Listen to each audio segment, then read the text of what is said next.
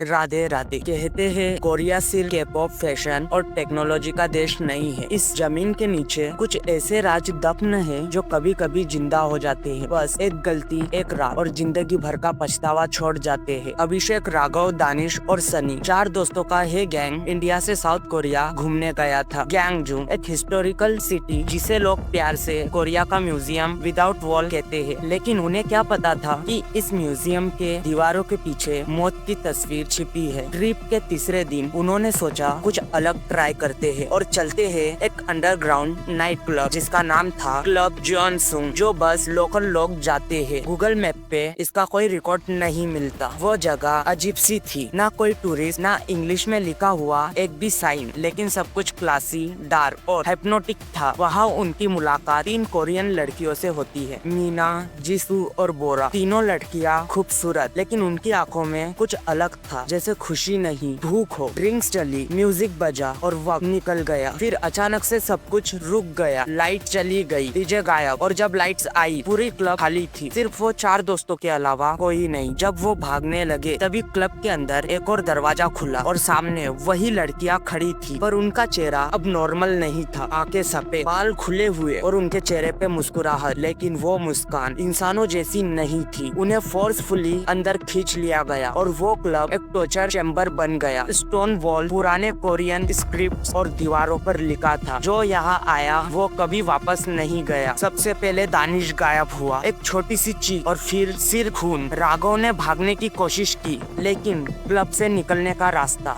जहाँ से आए थे वहाँ अब दीवार थी। उन्होंने देखा एक पुराना कोरियन ब्लैक रिचुअल चल रहा था। जिन लड़कियों को उन्होंने देखा था वो किसांग थी, जो 500 साल पहले एक राजा के लिए बलि चढ़ाई गई थी, और अब हर 50 साल बाद वो वापस आती है नई बलि के लिए। अभिषेक ने किसी तरह एक पुराने टनल से निकलकर बाहर पुलिस स्टेशन पहुंचकर सब बताया, लेकिन जब पुलिस क्लब के पास गई वहाँ सिर्फ एक पुराना जल चुका हवेली का ढेर था। कोई निशान नहीं, ना बिल्डिंग का ना दोस्त का। अभिषेक आज भी कहता है उस रात सब कुछ रियल था, उसके दोस्त मर चुके हैं, लेकिन कोरियन अथॉरिटीज कहते हैं उसके साथ कोई गया ही नहीं था। पासपोर्ट एंट्री में सिर्फ एक नाम था, अभिषेक। तो क्या सच में उस रात सब कुछ हुआ, या फिर क्लब जॉनसुंग सिर्फ उसके दिमाग का ख्याल था? एक बात तो तय है, अगर कभी आप कोरिया जाए और कोई आपको किसी अंडरग्राउंड क्लब ले जाए तो याद रखना, सब कुछ इंस्टाग्राम पे पोस्ट नहीं होता, कुछ यादें सिर्फ जख्म छोड़ती है। Thank you. किसी और हॉरर वीडियो में मिलेंगे, तब तक याद रखना आप